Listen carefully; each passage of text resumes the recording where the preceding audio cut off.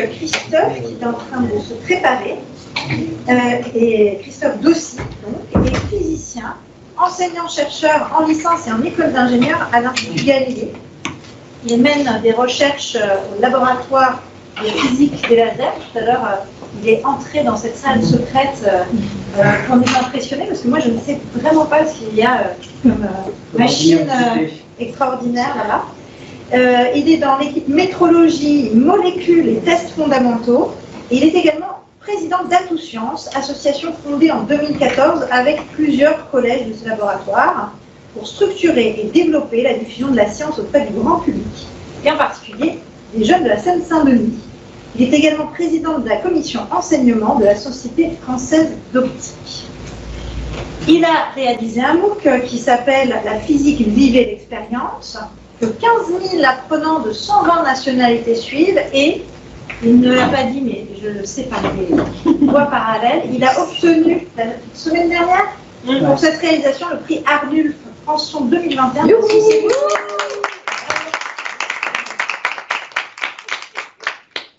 Alors là, c'est pour un autre projet que Christophe intervient, c'est le Format Labs, dont j'ai parlé très brièvement dans l'introduction ce matin. Une structure fédérative qui va voir le jour à la rentrée 2021 dans le titre de l'environnement privilégié pour la réalisation des projets tutorés de plusieurs Fab Labs qui existent déjà sur les différents campus de l'université. Chaque lab ayant la vocation d'accueillir, de former à l'utilisation des différentes machines, donc des outillages, l'instrumentation, des machines à commande numériques, telles que les imprimantes 3D, etc. Et il s'agit d'accompagner étudiants, mais aussi personnels dans leurs projets et de veiller, bien entendu, au respect des règles d'hygiène et de sécurité en vigueur.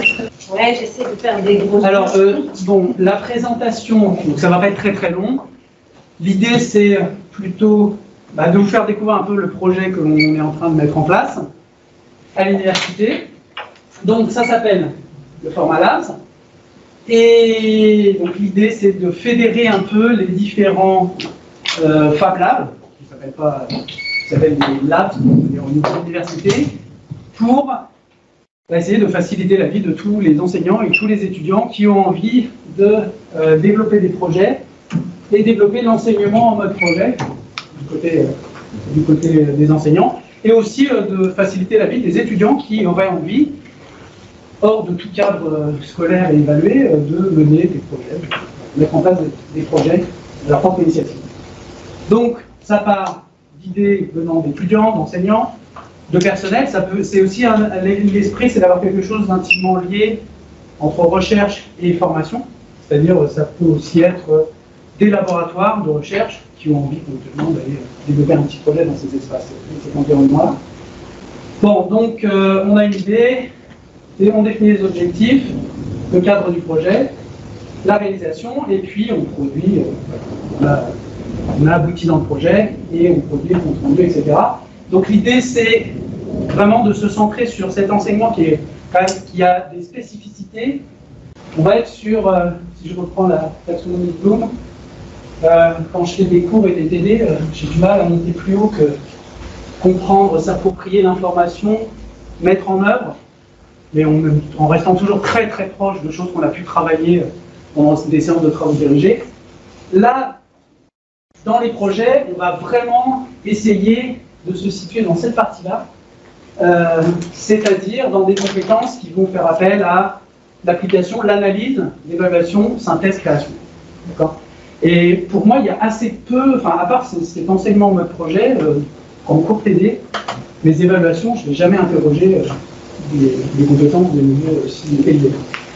Et puis, on va essayer de développer, activer chez les étudiants la motivation, l'autonomie, et puis le savoir-faire et le savoir-être, parce qu'ils vont travailler en équipe, en autonomie, enfin voilà. Donc ça, c'est essayer de se libérer un peu de l'enseignant, qui, l'objectif, et ça on y arrive, et là, on est en ce moment dans la phase où les étudiants, là ils m'ont envoyé des messages sur Teams, ils sont en train de travailler, et puis ils m'appellent, est-ce que vous pouvez venir, enfin, ils n'ont rien dans l'emploi du temps, ils viennent, hors tout créneau de l'emploi du temps, travailler dans ces espaces, parce qu'ils savent que vendredi, ils doivent présenter leur travail, et voilà. Donc ils sont en autonomie, ça empêche qu'ils ont besoin quand même un peu toujours de l'enseignant pour quelques conseils.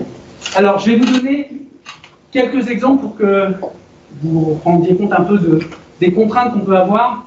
Donc là, ça concerne des projets autour de l'instrumentation, c'est-à-dire c'est des projets qui vont faire appel à de la physique, de l'électronique, de l'informatique. J'ai besoin d'équipements, j'ai besoin de matériel, j'ai besoin de dispositifs pour pouvoir mener à bien les projets. Alors, je vous donne un exemple de projet à l'université. Donc, ça fait un certain nombre d'années, à l'Institut Galilée, on a dans les maquettes des projets, notamment en école d'ingénieur, donc en 2e, 3e année. Donc, les étudiants ont une centaine d'heures dans leur emploi du temps, une centaine d'heures par an, labellisé projet. Donc là, on a une promotion actuelle, une centaine d'étudiants chaque année qui ont des projets à réaliser. On a à peu près 5 étudiants à les encadrer, à piloter tout ça. Enseignants, pardon. Enseignants. Et ça représente pour chaque étudiant une centaine d'heures, et ils sont répartis. Alors en première année, c'est des équipes de 10 étudiants. En 2e année, ils sont par groupe de 3, 4. Et donc un projet, alors ce qui est intéressant dans ces projets, c'est les compétences, toute la diversité des compétences qu'on va les amener à développer, à explorer, donc l'organisation. Ils ont, dans le cadre par exemple de ce projet-là, l'objectif c'est point de départ, on veut participer à la Coupe de France de robotique. Il y a un règlement qui fait une centaine de pages. C'est un événement national qui regroupe à peu près 2000 élèves chaque année, au mois de mai, à La Roche-sur-Yon. Maintenant, vous avez le règlement. Il faut se retrouver dans 6-8 mois avec des robots opérationnels pour participer à la compétition et faire les meilleurs scores, sachant que tout ça, ça coûte entre 10 et 15 000 euros parce qu'il faut que vous y allez, il faut partir avec une vingtaine d'étudiants, il faut tout organiser. Maintenant, à vous de jouer. Il faut l'organisation, financement, communication. Il va falloir, donc c'est des matchs qui se passent sur une aire de jeu. Donc il va falloir réaliser l'aire de jeu. Il va falloir faire des choix stratégiques, technologiques, fabriquer les robots. Donc on fait de l'électronique, de la mécanique, de l'impression 3D, programmer les robots, de l'informatique. Tout ça, ça va faire appel à des équipements pour mettre en œuvre ce projet. Ensuite, on participe à la Coupe de France. Donc là, il y a l'aspect financement, organisation de déplacement. On fait un bilan de tout ça. Et puis, à la fin, voilà, ça c'était une photo prise de 2 ans après la fin de la compétition. Donc tout ça, évidemment, ça ne peut pas se passer dans un emploi du temps avec des créneaux bien définis, avec quelque chose qui... La façon dont ça fonctionnait avant, moi j'ai commencé à m'y intéresser il y a 3-4 ans, c'était en gros labelliser projet, mais c'était comme des TP. C'est-à-dire qu'il y avait dans l'emploi du temps des salles de travaux pratiques qui étaient réservées, et puis ils travaillaient dans cette salle-là avec le matériel qui était mis à disposition. Ensuite, une fois que le créneau horaire était terminé, les étudiants, ils rendaient le matériel, on fermait la salle, et ils n'avaient plus de possibilité de travailler jusqu'à la séance suivante. S'ils avaient envie d'explorer d'autres choses, c'était pas possible. D'accord ? Donc, si on veut vraiment développer l'enseignement en mode projet, des projets qui nécessitent de l'instrumentation, il y a plein de questions qui se posent. Donc, j'ai listé ici quelques questions. Donc, les enseignants hésitaient à proposer des projets parce qu'ils disaient simplement comment les étudiants vont pouvoir mener à bien ces projets. Est-ce que ce n'est pas des TP maquillés? Et en fait, toutes les compétences que j'ai listées qui sont intéressantes, l'autonomie, la motivation, etc., c'était, je pense, en grande partie anéanties par cette contrainte qui était de rester dans un cadre scolaire, la temporalité de l'emploi du temps, je ne pouvais pas travailler en dehors. Et puis, s'il n'y avait pas le matériel qui était le matériel de TP, il n'y avait pas aucun moyen mis à disposition spécifiquement pour ces projets. Et puis les étudiants se retrouvaient très rapidement à dire mais où est-ce qu'on peut travailler si on veut en faire plus, on n'a pas le temps d'avancer. Et toute la dynamique en fait des projets était complètement anéantie par ces contraintes. Après il y a d'autres aspects qui intéressent les composantes et là les sociétés, au sens entreprise. Donc les composantes c'est j'aimerais pouvoir favoriser des liens entre les UFR, entre les différentes formations. Et puis, la société ou les entreprises se disent, OK, est-ce que les étudiants que vous formez sont capables de travailler en équipe? Est-ce qu'ils sont capables de mener à bien des projets? Ce qui est quand même la compétence un peu commune, tous les diplômés qui sera amené à travailler, quel que soit son métier. Bon, bah, il faut un environnement, et cet environnement, c'est ce qu'on appelle les labs. Donc les labs, ça va être des espaces équipés, accessibles en autonomie aux personnes et aux étudiants. C'est-à-dire c'est une salle dans laquelle il y a du matériel à disposition. Du matériel, ça va être, on peut faire de l'électronique, de l'informatique, de l'impression 3D, etc. Accessible aux étudiants avec leur carte. Il n'y a pas besoin que l'enseignant soit là. Et ils vont pouvoir venir travailler quand ils veulent, sauf le dimanche. Et ils peuvent venir travailler pendant les vacances, le soir, jusqu'aux heures d'ouverture du campus. Un exemple.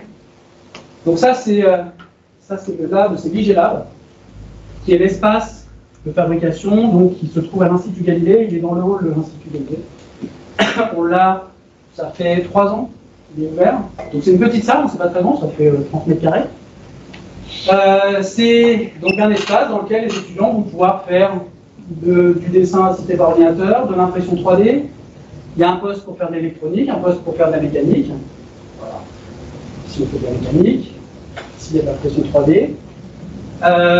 Et ils ont accès à ces espaces à partir du moment où ils sont impliqués dans un projet, à partir du moment où ils ont signé le règlement intérieur, etc. Un certain nombre de sécurité et de contraintes. Alors tout ça, ça doit être géré. Enfin, ces espaces sont gérés, étaient gérés enfin, sont encore gérés comme ça jusqu'à aujourd'hui, mais l'objectif de ce format lab, c'est de faire évoluer ce modèle. Sont gérés par les étudiants. Le CRIG, c'est une association étudiante, c'est le club robotique de l'Institut Galilée, et par les enseignants eux-mêmes, en dehors, enfin voilà, dans leur service, parce que ça rentre dans une case. Et donc en fait, on s'est répartis, c'est-à-dire qu'en fait, moi, chaque année, j'ai un groupe d'étudiants dont le projet est de piloter tout ça. C'est-à-dire qu'ils ont pour mission de faire vivre cet espace, le contrôle des accès, s'assurer que les étudiants qui accèdent à l'espace sont formés à l'usage des machines, doivent chercher des financements, doivent assurer la com de tout ce qui se passe, de tous les événements, organiser des événements, etc. Donc là, par exemple, ici, donc ça c'est la partie administrative, partie technique et partie communication. Ici, donc les étudiants, là l'objectif c'est vraiment, moi je leur dis, le contrat, il est clair, on commence les projets en janvier, je veux à partir de avril ne plus être qu'un simple observateur. Je ne dois plus vous servir à rien, si ce n'est vraiment une question au secours, mais c'est plus moi qui vais être là pour vous dire, allez, rendez-vous tel jour, telle heure, et on y va, on travaille, voici les objectifs du jour. Donc là, par exemple, c'est les étudiants eux-mêmes qui, ayant appris à utiliser l'imprimante 3D, forment leurs camarades à l'usage de l'impression 3D pour qu'eux-mêmes puissent l'utiliser et fabriquer leurs robots, etc. Donc là, l'enseignant ne sert plus du tout à rien, c'est formidable. Là, ils organisent des événements, donc ça c'est journée porte ouverte. Là, ils avaient organisé une petite visite avec les collégiens. Et puis à la fin de l'année, ils avaient organisé un tournoi de robotique entre les différentes spécialités. Donc, et ça, ils le font, enfin la dynamique prend, et le côté autonomie et motivation est vraiment le moteur principal de tout ça. Il ne reste pas beaucoup. Alors, donc les espaces de fabrication, il y en a plusieurs sur le campus. Je vais passer rapidement. Donc ils ont différents noms. Alors on peut les appeler des game labs, des espaces projets, des espaces de fabrication traditionnels numériques, des fab labs, comme vous voulez. Donc là, il y a quelques petites images pour illustrer des projets réalisés dans ces espaces, des projets tutorés, des projets qui peuvent être portés par des associations étudiants, etc. Et donc voilà, sur le campus, enfin sur les campus, on a à Bobigny, à La Plaine, Saint-Denis, à Saint-Denis, ici, à Vitaneuse, on a des espaces qui existent déjà. Donc on a identifié au niveau de l'université 5 espaces, 7 espaces qui sont, on pourrait labelliser des Fab Labs, des labs. Donc les 5 espaces ici, donc l'IGLab que je vous ai présenté. Ici à l'IUT, il y a aussi un espace du même type. Un Game Lab, donc c'est le Ludomaker, qui sont ici sur le campus de Vitaneuse. À Saint-Denis, au département Gym, il y a le Gymlab. Et puis à la Plaine Saint-Denis, il y a le Matériau Lab. Donc c'est toujours des espaces qui ont été, c'est à chaque fois le même modèle, c'est des enseignants qui se sont dit, il faut que je, spontanément, il faut que je donne à mes étudiants les moyens de développer leur projet. Et donc c'est à chaque fois des choses qui ont émergé localement, sans qu'il y ait de coordination. Et puis il y a 2 ans, on s'est dit, tiens, ce qu'on fait, il y a d'autres qui l'ont fait de leur côté, etc. Et là, l'idée, c'est maintenant d'essayer de fédérer tout ça, de mettre tout ça dans une boîte, format labs, pour donner une visibilité à l'échelle de l'université et que les gens sachent, que les étudiants et que les enseignants sachent que ces espaces existent, pour qu'ils puissent proposer des projets, et puis d'avoir un pilotage un peu de ces différents espaces. Alors, pilotage. Donc l'idée, c'est de recruter une personne, un fab manager, qui, donc là c'est le labs manager, qui aura pour mission, parce que voilà, nous on le fait chacun individuellement dans nos coins pour piloter notre petit espace. Là, maintenant, s'il faut piloter tous ces espaces et coordonner toutes ces actions, ça veut dire rechercher de l'argent, ça veut dire assurer une communication cohérente entre l'ensemble des labs, etc. Donc là, ce qu'on est en train de faire, et qui va aboutir à la rentrée de septembre, c'est on est en train d'établir un profil de poste pour recruter un fab manager qui gérera ces différents espaces. Et l'idée, c'est au niveau de chacun des espaces, chacun des labs, de s'appuyer sur nos étudiants qui sont très compétents, qui utilisent déjà ces espaces, et de prendre soit des contrats étudiants, soit des apprentis, soit des services civiques, pour que ces étudiants, sur un contrat d'une vingtaine d'heures, enfin répartis différents étudiants, assurent eux-mêmes en gros la vie de ces espaces pour que les étudiants puissent venir, avoir quelqu'un qui les accueille, leur explique comment ça fonctionne, etc. Donc, bon, tout ça, évidemment, donc, le fab manager général qui va centraliser tout ça, il aura aussi pour mission d'être en interaction avec les différents pôles de l'université, différents services, le service communication évidemment, le service financier, parce qu'il va falloir qu'il y ait des moyens vidéo aussi. Là actuellement, la vie de chacun de ces espaces, c'est 5 000 € par an, en achat d'équipement, du matériel et du consommable. Voilà, 5 x 5, 25, bon, il faut 50 000 € pour qu'on puisse faire vivre l'ensemble de ces labs à l'échelle de l'université. Il va falloir avoir une dotation financière récurrente, c'est plus simple voilà, c'est plus efficace, plutôt que chaque enseignant dans son coin aille dans son département demander le soutien à l'année. Voilà, donc toute cette interaction, à terme, devrait être gérée par cette personne. Et puis, j'ai fini. Il ne reste pas de temps. Donc voilà, donc ça c'est la page qui est en construction, qui a été réalisée par le service com, donc qui devrait être mise en ligne voilà, donc là on a une interaction avec le service communication pour finaliser tout ça. La création de poste, ça devrait passer au CA, peut-être pas le prochain, mais celui d'après. En tout cas, on a pour l'instant le sentiment d'avoir un soutien de tous les interlocuteurs qu'on a pu rencontrer, de la présidence. On espère bien que ça ira jusqu'à la création et cette nouvelle structure fédérative et puis le recrutement surtout d'une personne, parce que s'il n'y a pas concrètement le recrutement d'un fab manager, ça ne restera qu'un affichage. Mais voilà. Donc, voilà en gros, fini. Merci.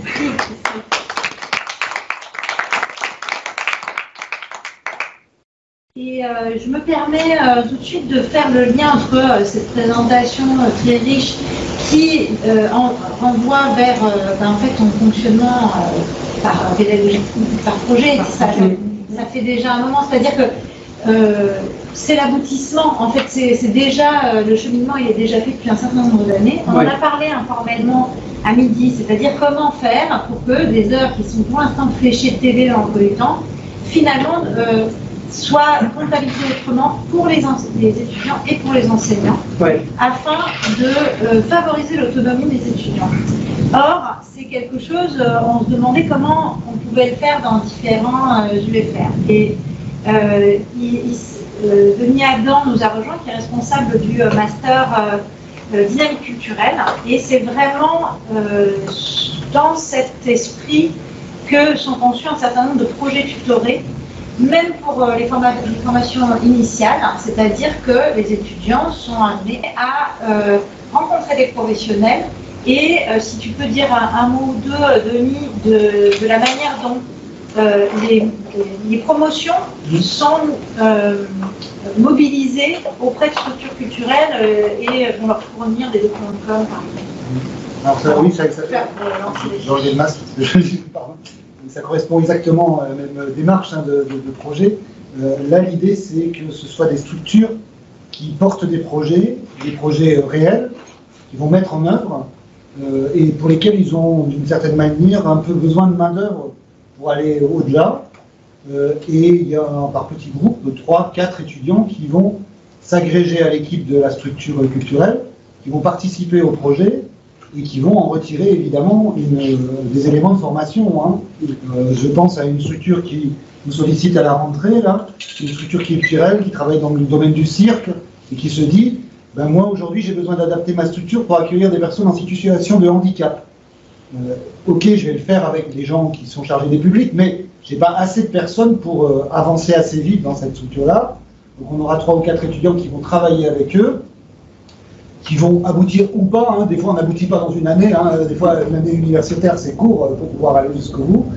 Ils vont participer à ce projet, et effectivement, alors du coup, ce que disait Judith, c'est que dans l'emploi du temps, pour l'instant, bah, c'est des heures de TD qu'on a et qu'on banalise, puisque en fait ils ne viennent jamais à l'université. Ils vont être dans la structure, travailler avec les professionnels. En référence, il y a un enseignant de la formation qui va être référent pour eux en partenariat. Et puis, ils vont mener le projet, faire avancer la structure, et puis ensuite restituer. Dans une promotion, nous on est des petites promotions, à 20 à 25 étudiants. Donc on fait 5 projets à peu près par année. Et puis en fin de semestre, puisqu'ils ont 15 semestres de cours après ils sont en stage, à la fin du semestre, eh ben, ils rendent compte de ce qu'ils ont fait dans une journée restitution avec toutes les structures sont présentes et on voit un peu comment ça a avancé. Chaque année, après, on a des structures qui repartent l'année suivante et puis d'autres, on passe à autre chose. Ça peut aussi être intéressant, c'est un projet qu'on n'a pas encore finalisé parce que l'année dernière, on ne pouvait pas trop le faire. Par exemple, une sollicitation à Saint-Denis sur le théâtre. Il y avait l'idée de faire une étude des publics. Qui sont les publics qui viennent au musée de Saint-Denis, par exemple. Bon, voilà, donc exposition par exposition et comment les étudiants peuvent participer à l'évaluation de la sociologie des publics qui viennent. Et donc, du coup, après, au service des publics, de voir comment ils vont évoluer dans leurs actions de médiation, de contact, etc. Ce que je peux en dire. Oui, mais en fait, si je me suis permis de faire le parallèle, c'est que je trouve que dans ces 2 cas, il y en a d'autres, hein, il y a une mise en application des savoirs qui sont plus apportés sur le mode de la transmission dont on parlait tout à l'heure, mais un peu plus sur le mode de, je ne sais pas comment on pourrait dire ça, mais de l'utilité. C'est-à-dire que, surtout en master, évidemment, c'est en L1, c'est un peu plus compliqué, mais enfin bon, sur certains trucs, on peut commencer déjà en L2.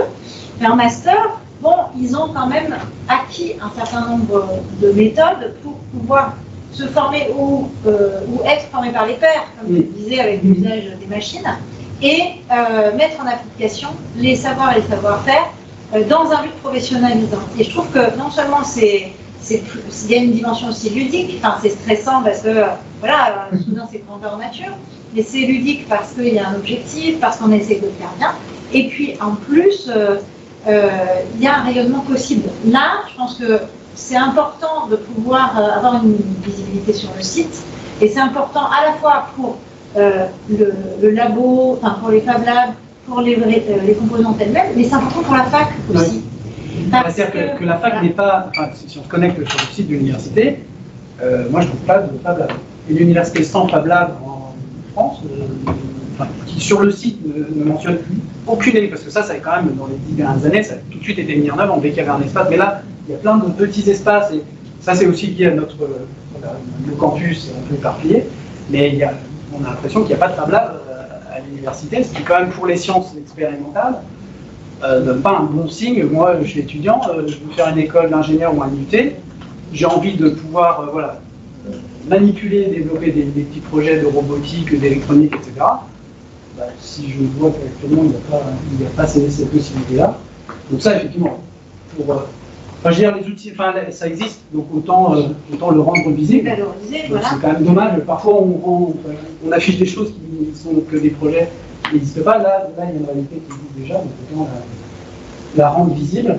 Et puis la rendre visible aussi pour les enseignants, parce qu'il y a plein de collègues qui ne savent pas que ces espaces existent. Et voilà, en ayant connaissance de ces différents espaces, avec voilà, le type de projet que je peux développer, enfin le type de machine, le type d'outils que j'ai dans ces différents espaces, ça donnera sûrement des idées aux collègues et aux étudiants et aux associations étudiantes, etc. Et puis même peut-être aux partenaires ou à Ouais. des gens représentants de différentes organisations sur le territoire. Ouais. Voilà. Donc est-ce que les personnes qui sont à distance ou bien dans la salle veulent intervenir, poser des questions à Christophe, lui soumettre des remarques pendant quelques minutes?